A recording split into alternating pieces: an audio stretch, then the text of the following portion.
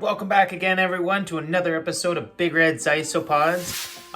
This week we're just going to be doing a regular feeding video.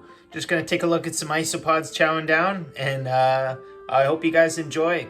So as everybody knows, these are my cultures, Porcelionatus pronatus, the powder blues, that are infested with dwarf whites. And it's kind of interesting because you can see some of these bins here are doing better than other ones. For instance, this one here seems to have a lot of powder blues. And then if you take a look at this one here, you can kind of see that the dwarf whites have kind of almost turned all the ground into like it's kind of got like a honeycomb effect, like where there's holes in it that you can see everywhere in here. Almost as if you can see that there's dwarf whites in there, hiding in there. You can see them moving around. See their antennas wiggling around in there. But it's kind of interesting to see it like that because a lot of the other isopods, they don't have the same effect that the dwarf whites have to the soil. But yeah, there's definitely still lots in here. Just gonna give them all a quick spray here.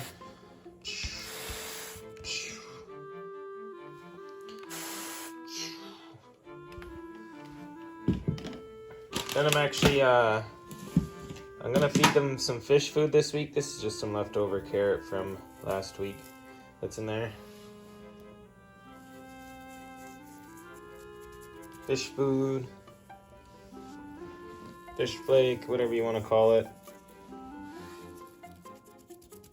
A little bit more in that last one.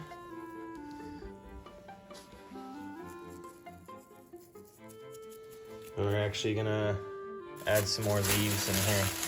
They're getting a little bit low, so these are some leaves that I've pre-cleaned here. Just gonna toss them in there at the end. Give them some added nutrients. Very important though, all isopods need to have leaf litter in these containers for them to kind of thrive. They could survive without it, but to have them really thrive, they really need the leaf litter. It's very important, which I've mentioned before in my other videos. You definitely need to have leaf litter. I'm also gonna add a little bit of bearded dragon food that I actually got given for free. And I figured, you know, I'm not gonna have any bearded dragon anytime soon, and I don't want the food to go to waste, so we'll see if the isopods will eat it up. And already, if I take a look here, you can see they're nibbling away at it. I knew they would though, because I tried it out last week with another culture and it seemed to hit off right away. Like they're just swarming it. Fish food as well though. Now this here is my culture of magic potions, which isn't doing so hot actually. There's been a lot of die out in here. Not 100% sure why, but there are still some thriving in here. I'm not too sure what to do about it at this point in time. I'm sure there's lots of things out there that people would suggest for me to do. But right now, I think I'm just gonna let it sit and hope that they come back. There has been a lot more movement in here recently. I've seen a lot more isopods roaming around. So I am hoping and hopeful that they do come back. But we'll see. If they die out, then I'll have to get some more and sanitize the container and figure out how to best prepare for it next time.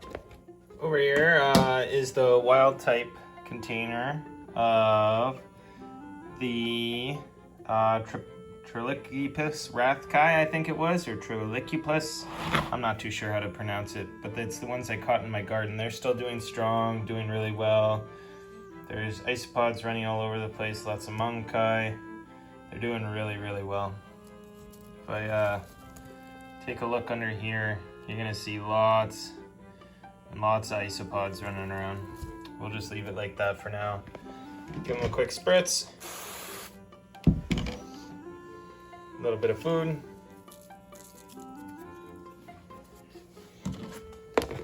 Over here, I do believe, yep, is my stunning culture of very productive tangerines, Armadillidium vulgare tangerines. If we take a look here, so I don't know why my camera's acting up so much today, but you can see there's so many different sizes of isopods in here, from little baby monkai, those little white dots there, to a little bit larger yet, to almost medium-sized adults, to the older ones like you see right there, the dark colored guy. They're doing really well in here. Fantastic. I'm so glad that I picked up another culture the last time I went to the expo.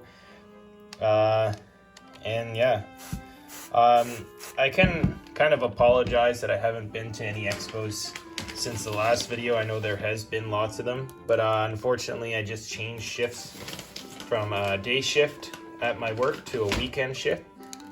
So unfortunately the expos are kind of out of reach for me right now.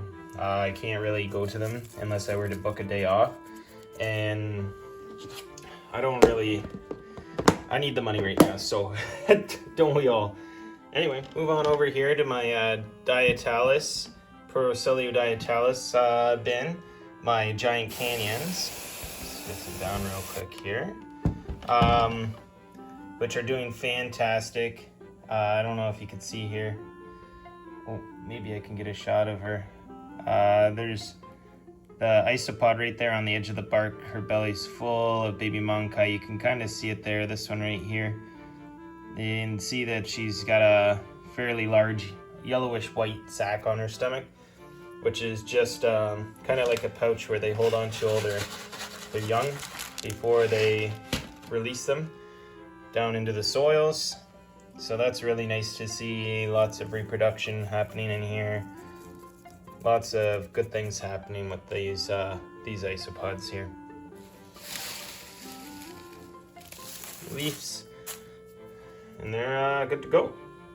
I'm not going to show you these isopods here, but these are my two cultures of Meniscus ocellus. I've got the wild type here, and I've got the BC type, or the maple type is what I bought it as, but it's recently been renamed, where it's both names. But these two, for sure, for me, have been the hardest ones to get going or get breeding. Before then, it was the vulgare, the ones that we just looked at, the tangerines. But these ones, by far, for some reason, I know these are a wild type isopod, but I just have a really hard time with these. I don't know. I've tried multiple different things, dry environments, moist environments. They always seem to really like the moisture. I've tried lots of ventilation, low ventilation, and just it seems like nothing I do can get these guys to breed properly. If anybody out there has any hints, please let me know, and I'll let you know if they work out. I don't even have to tell you what these isopods are. You guys already know. Just take a look at them. What are these? These are the dairy cows, yes. Very popular species. Quite a few of you guys comment on my videos talking about these guys. They're very well known. Everybody loves dairy cows. Wonderful isopod to have. Wonderful isopod to watch, eat. Just the reaction they have with them. Great for handling if you want to handle isopods. Not everybody would or does. I don't blame them for that, but definitely the most handleable isopod I've ever came across, that's for sure. Just for an example, I could easily just scoop one of these guys up here, pick them up nice and careful like, and hold them on my hand. And doesn't really bother him too much. Now that wouldn't happen with a new culture, but he's not running away. So yeah, super handleable. Now this one over here, there's a lot more isopods in. I could easily pick them up again as well. Let's take a look here. Oh, she ran away. I was gonna show you a female that had eggs on her, but this one could as well. Oh well. I'm not gonna bug them too much. I'll just let them go down here. Yeah, get off here. Back down there. They don't fall off, actually. When I get my hand close to the ground, they kind of just let go and they fall off. It's kind of funny. Looks like they're jumping, but they're not really, because they don't jump. They just kind of let go. they fall off. But yeah, there's lots of isopods in here. Lots of dairy cows all over the place. Hungry dairy cows. Florida fast isopods. So fast you can't even see them or catch them on video. Maybe? Yep, those are some fast isopods. Another culture of Florida fast. A little bit of food in here. They mostly just eat leaf litter. They don't tend to eat too much of the protein I give them or anything else. I could give them a couple pieces of this bearded dragon food, but they're not going to eat too much besides the leaf litter. As you can see, they tear it apart to almost a skeleton. Now I'm going to take a look here at my Persella prunatus powdered oranges, one of my favorite species that I own and care for. Also one of my first ones. I think the powder blues and the powder whites were the first two that I ever bought, and then this would have been the third one that I bought. The thing I like about these the most, and which kind of resonates with me with the first ones I bought, is the other two are kind of wild types, where the dwarf whites are tropical wild type, and the powder blues I could have easily found in my backyard. I did get them from a buyer at the time.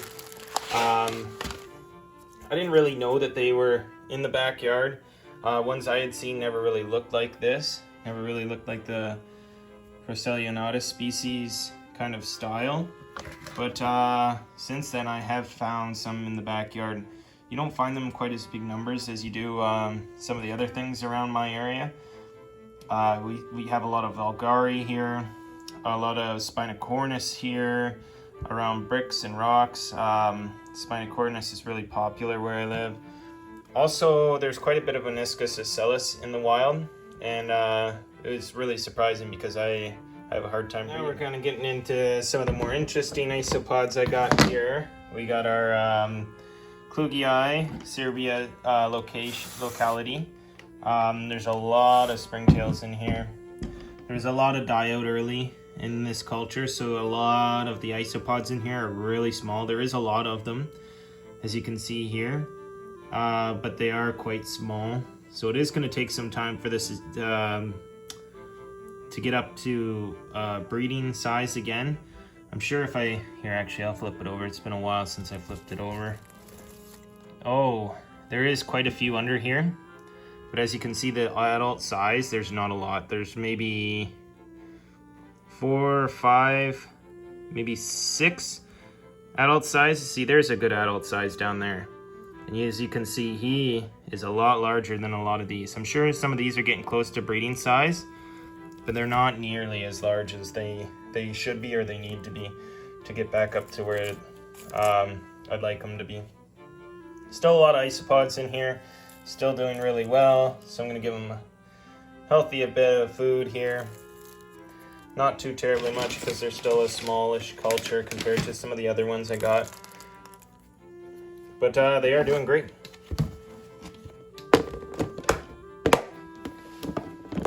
Now we're going to take a look at my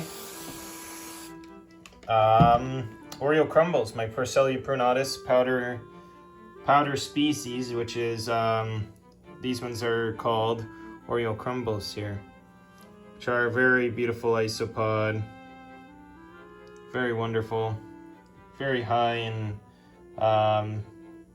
reproductivity, wonderful isopods. Gonna give them a small amount of food here.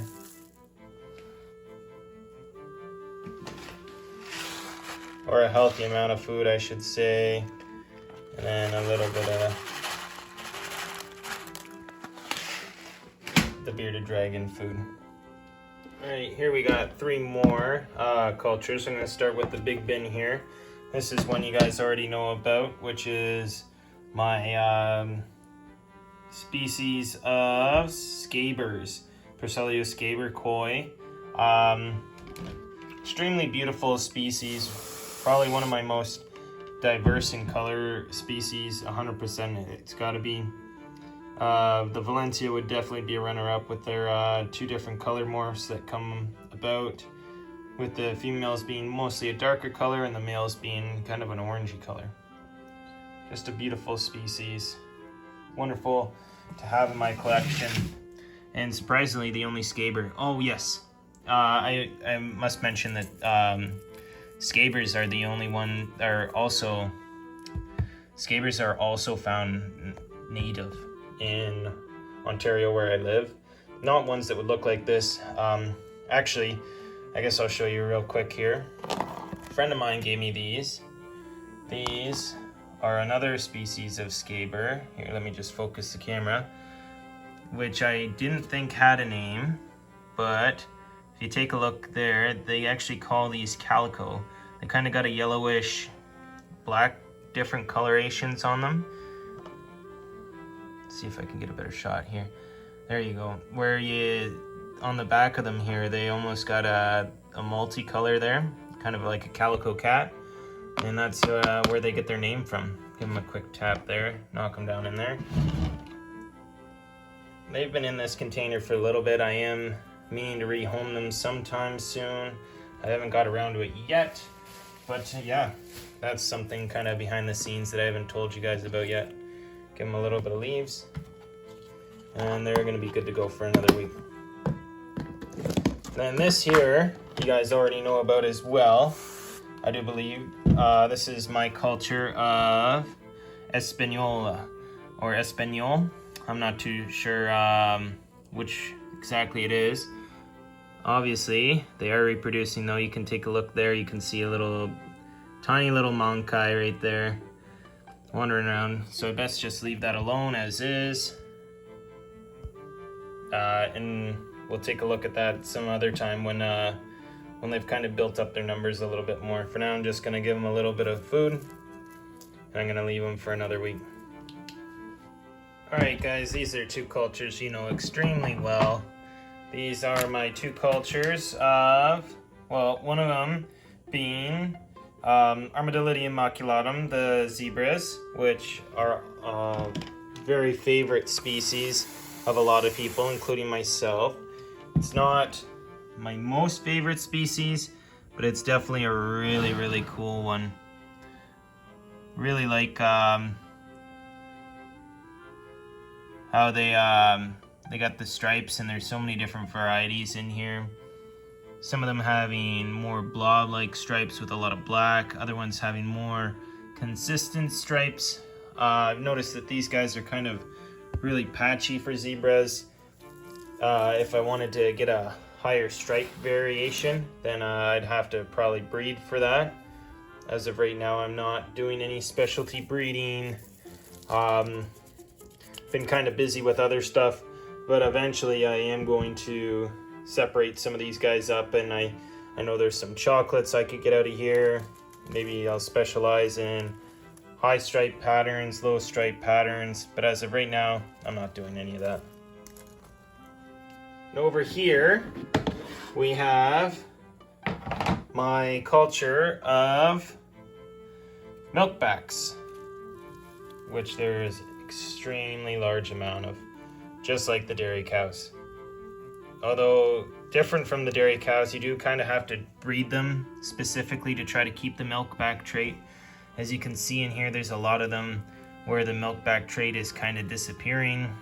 For an example here, this example, she's got a very small amount of milk on her back. She's almost completely turned grayish brown, which isn't a bad thing, but at the same time, if I let it continue without selective breeding, it could completely lose the gene for the milkback, which would not be good. Give them a little bit of food here. Give them a little bit more food there. All right, give them a lot bit more food. They'll eat it all up. We all know they will. A little bit of this food here. Quick spritz. We'll head on to the next culture. All right, guys, now we're gonna move on to, let's take a look here. Oh yes, this is the culture of Cubaris red tigers that came back from the dead. They're actually doing fairly well here. Again, they almost died out on me. I think I was down to 3 adults at one point, I do believe.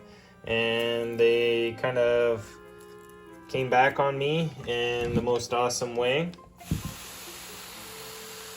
So yeah, that's a miracle story. This culture is definitely one of my favorite stories that I have to tell about isopods and the luck that you can have with them. And then over here we have our aficionados, which is again one of my favorite cultures. Mostly because you just find them curled up all the time, just napping all the time. They're very active during the night, but during the day they're just found like that, curled up in balls. Wonderful isopod to have. Beautiful. Really loves curling up. And also has the ability to be vocal, which is quite fascinating. Not that I've ever heard it, but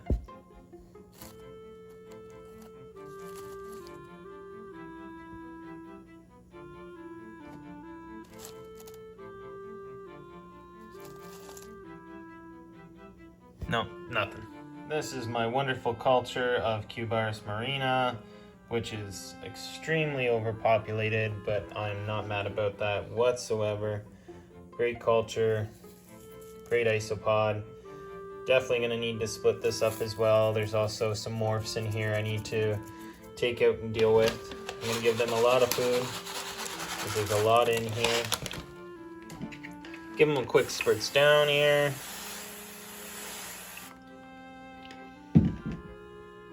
A lot of isopods in here. Beautiful culture, beautiful species of Cubaris with a healthy appetite and great reproductive numbers. Everybody loves the Panda Kings. Obviously this is my culture of Cubaris Panda Kings.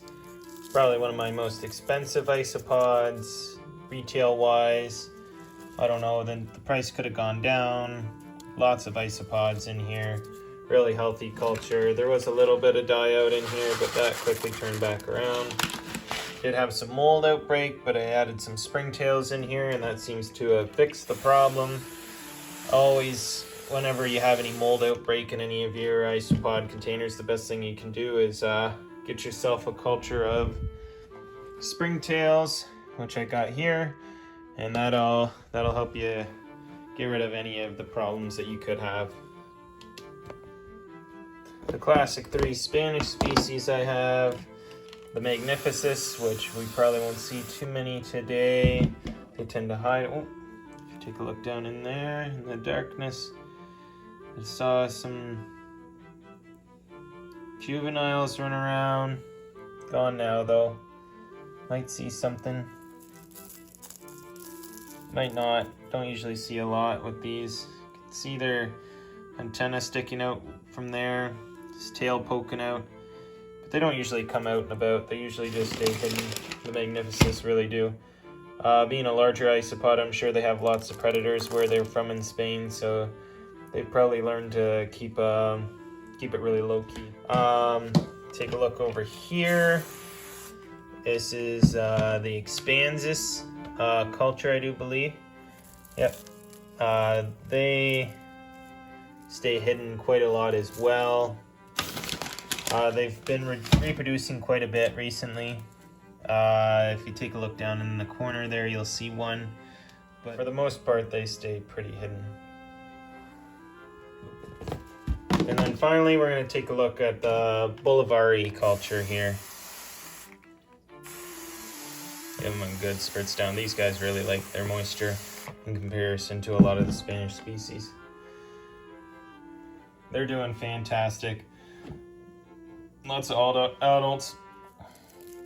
Lots of monkai. Lots of isopods.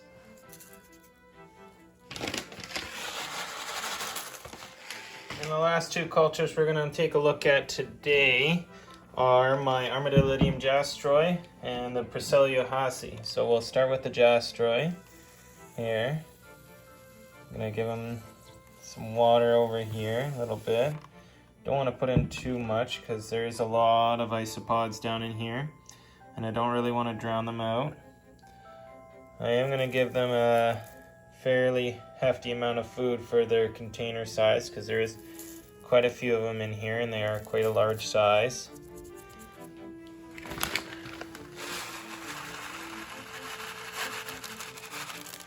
Some food, some bearded dragon food, and they should be good for another week. But they did as well have some die out, as do all cultures I do find. There's certain things that you don't anticipate to happen, or variables where different breeds, like different moisture levels. I do explain some of that in some of my care guides. If you want to take a look and see those, they'll explain them a little bit better than this video will today. But yeah, just expect that to happen if you ever get any isopods.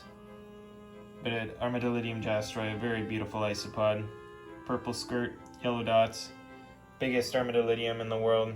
Can't go wrong. And the Procelia hasi, very beautiful Spanish species. This one is a high yellow morph, which just means that they've been bred to have large yellow spots on them. The normal species kind of has smaller, kind of not as noticeable yellow dots on the back side, where these ones have large quantities of yellow dots along their entirety of their body. Now these are just young ones here.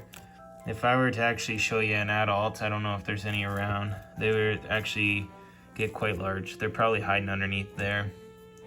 I'm not gonna go digging too far into there. You guys got a peek underneath one of the pieces of bark. I'm not gonna go crazy digging in this culture here. Nope, there's an adult right there. Look at that, I didn't even have to go digging. Popped on out to say hi, and that's actually a male, so that's about as big as they will get, which is fairly large. And then he can romp around in there and have a bite to eat in the leaves. You can give him a little bit of food here, or them a little bit of food here, quite a bit of food. There's quite a few of them. There's another adult down in there. As you can see, they do get fairly large. Not nearly as large as some of the other Spanish species, but quite large. And a little bit of the bearded dragon food. Anyway, that's it. Alright, that's it for this week, guys. I could have showed you all the different species I have. I showed you pretty well all of them. But a lot of the other ones, they aren't anything crazy. I could have showed you the parakeet and the dwarf whites and more Florida fast. But those aren't exciting isopods. I mostly showed you all the ones that you guys talk about or usually get a lot of high interest. So I hope you guys enjoyed. Don't forget to like, comment, and subscribe. And we'll see you guys again next week. All right, take care. Bye.